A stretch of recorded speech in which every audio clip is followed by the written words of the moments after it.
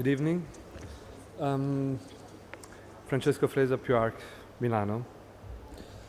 I'm here to speak about this office building we built recently in the center of Milan.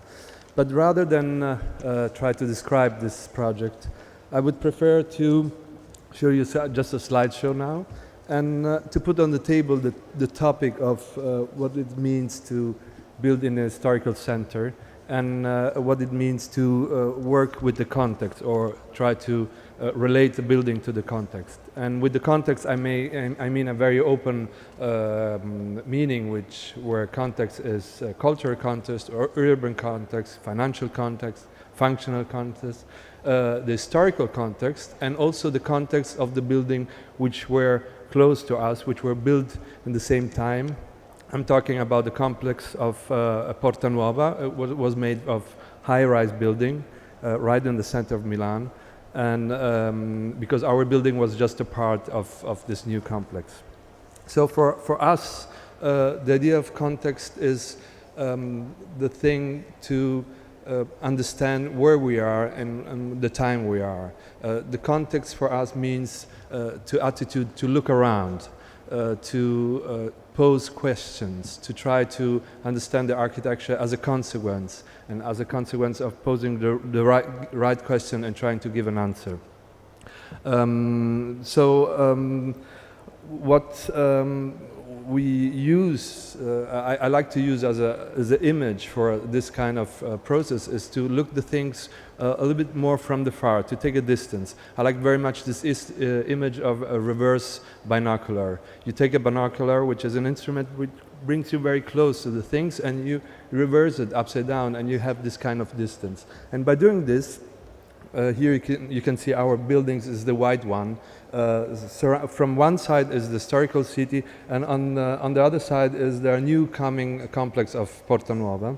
So by doing this, by reversing the binocular, we were seeing that our building was part of a big question mark. It was almost a science, how can I say?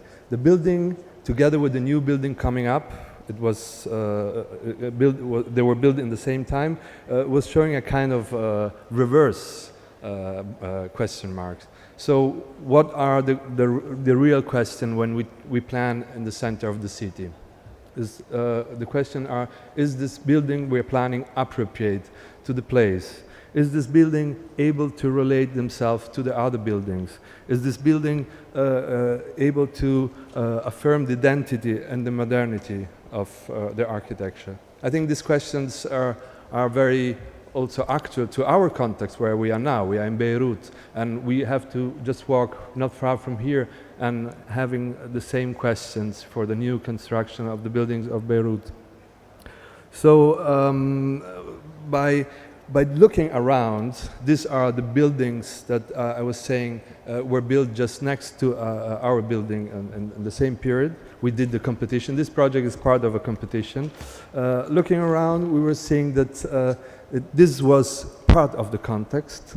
This was the context of what was coming close. And so we were asking ourselves, is this the city that we want? Is this the changing of our city that we want? We live in a city like Milan that is part of the discussion of the new competition of the cities. New York, London, Shanghai, China. But is it the globalization of the city the answer? Or maybe it's the difference of the cities that makes the real characteristic of the places? Is the differences that we have to understand and underline? So as you see, this is the picture from the center of Milan, and then that's a new complex coming up. Quite coming from the sky, I would say. This, I don't know how to call it, we have many names. This is a global architecture. The thing is that you don't know where you are. It's an architecture, I'm not talking about the quality of architecture, I'm talking, there are many architects and many beautiful buildings that we know around the world, but it's almost hard to say where we are. And again, we think that context is right here, right now. So here, this picture is showing that the new complex is looking almost like an oil platform in the ocean.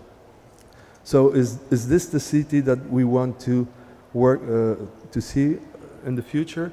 Here I put on two sides. On the left side, the building that were built, so our new context. On the right side, the other context, existing building in the surrounding.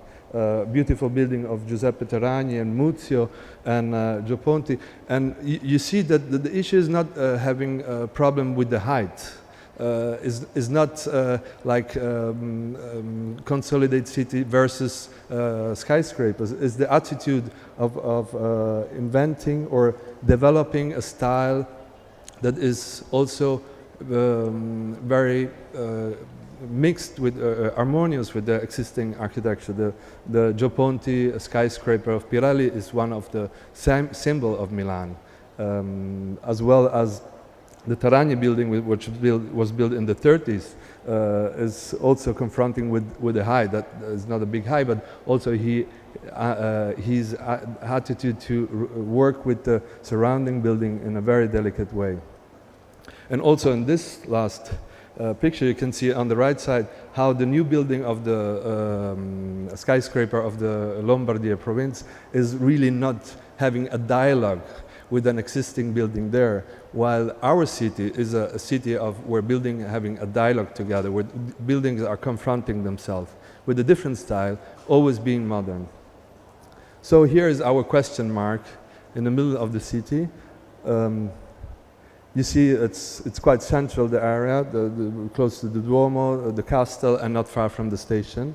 The story of this area is it was a big area from almost 3 hectares that after the war, the Second World War II, after the bombing and the closing of the railway area there, was completely empty and abandoned for almost 50 years. So in the center of the city you have a big area which was somehow used as a parking, temporary activities, circus and whatever, and it was cutting 2 different parts of the city.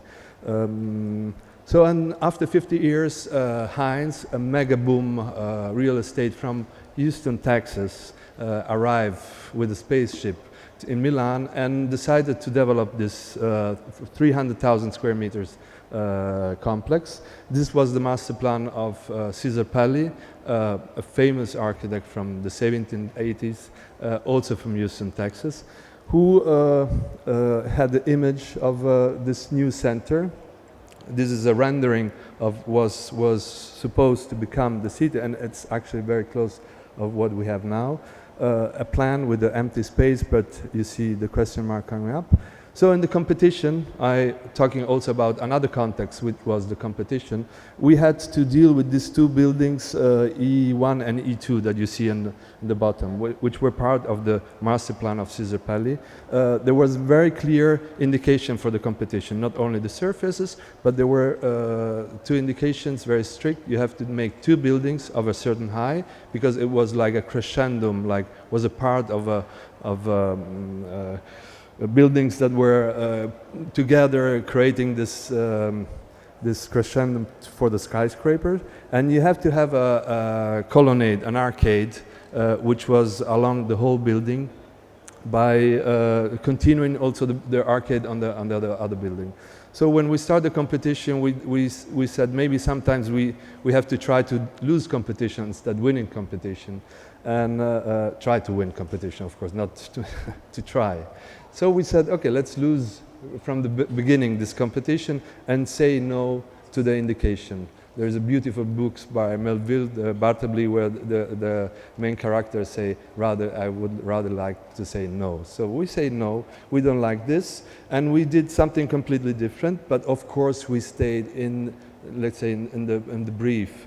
We make 1 building, we make it lower, we try to take the height of the existing building next to us. We keep, of course, in the center a passage between the upper square and the lower level square, and by doing this we enlarged the building, and so naturally became a colonnade, an arcade along the building.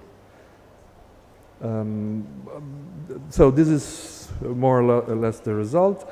You have this let's say nice curve with an open facade, a glass facade on the square, and here a facade with the glass plates on the back. Inside the building there are some courtyards. They're creating some public spaces for the people working there and bringing light inside. I see I'm running out of time. Our reference, Terragni, a project in Milan in the 30s, where again it was very fascinating for us, this idea of a frame, of a glass facade, and by looking at the curve, these beautiful buildings of Niemeyer, of Redi, which are very interpreted for us the modernity. And it's very nice coincidence that Sunday we are going to see a Niemeyer building here in Beirut. So again, this game with the context is very interesting because it comes back very often. We have always in our projects a strong relation with optical art. We like to work with this idea that the perspective of the building changes not by watching by the movement of the person. So again, I'm going to show you the buildings after this introduction. You see how we tried just to relate ourselves to the existing building, but at the same time our building was between the new complex and an historical city. So we don't want to just hang on the historical city, but try to also to open up to the new building, to the new skyscraper next to it. And here you see again the relationships, and our idea of making this facade with the blades was also to create a very abstract facade towards the historical building. So trying to make a building of transitions somehow. So this is it. I think the issues is somebody like it, somebody like it, doesn't like it. Is now we are living in this Facebook culture where you like and unlike. So this is also our context. But the last things I want to say is there are a community of South Americans who are trying dancing styles, and they use the building because it has some mirrors, so they dance in front of the buildings. So the spaces became alive because at the end architecture is just defining public spaces, and this is what really it's important to do with our architecture, finding a dialogue between all the different contexts, but the end to understand that we are working to create these public spaces, which is something that going around Beirut, the new Beirut, really it's the question that also you pose. It's are the building really able to create between the relation with them a public spaces, alive spaces where people stay and live. Thank you very much.